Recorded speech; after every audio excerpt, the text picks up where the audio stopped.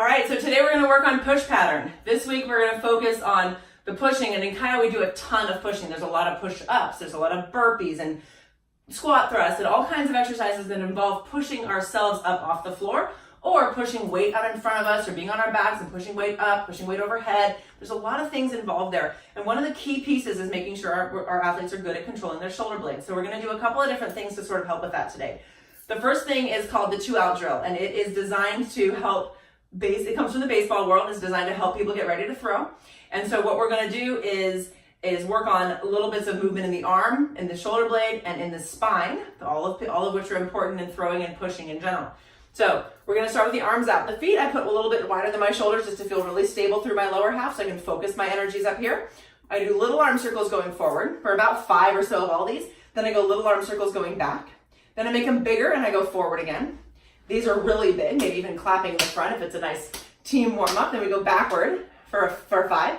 Then we're going to bring the arms out to this goalpost position. So I've got 90 degrees at my shoulder, 90 degrees at my elbow, and my arms are out to the side. Right now I can't see my arms in my peripheral vision, so we want to be pulling the elbows back as best we can. This is an open gate. Then we're going to close the gate. The elbows come together and the hands and wrists come together. We want the shoulder blades to be kind of rounded around the upper back here. Then we're going to pinch the shoulder blades together as we open the gate again, and then close the gate, and then open the gate. Again, we do about 5, progressively, so slow to start with, progressively faster as we get loosened up. So once we're done, we're staying in this open gate position, and we're gonna go one at a time.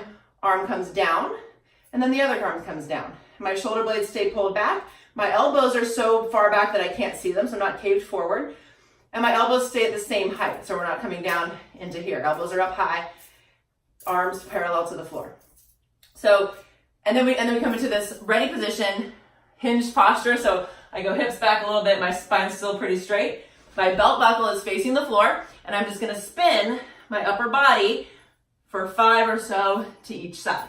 You can also do this standing if you're kind of a full body turn, but moving a little bit faster as you're getting yourself loosened up into your dynamic warm-up. The other piece that I think is important to practice is a serratus anterior, which is a muscle that helps the shoulder blade push, helps anchor the shoulder blade so that the arm can push. Without it, without good function there, a good ability to control that, the push pattern gets a little bit ineffective, potentially dangerous. So it helps us keeps our shoulders happy, and it helps the push pattern be a lot more effective.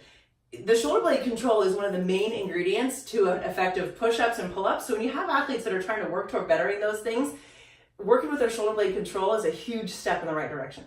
So one way you can do it is just have everyone against the wall. You can mix in a wall sit here if you felt like it. You're going to go straight arms out in front and just pull your shoulders into the wall. And you go straight arms reach forward. And now I've got my shoulders kind of caved forward, upper back still touching the wall, and then I pull my shoulder blades back. So this is just practicing that motion. Most people in the beginning with this will want to still use arm motion, but it's a great way to kind of feel, since you're up against the wall, it's a great way to feel the difference between moving your arm and moving your shoulder blade. You were built with both of those pieces. Let's get the control for both of them. The other thing that you can do is put the hands up against the wall.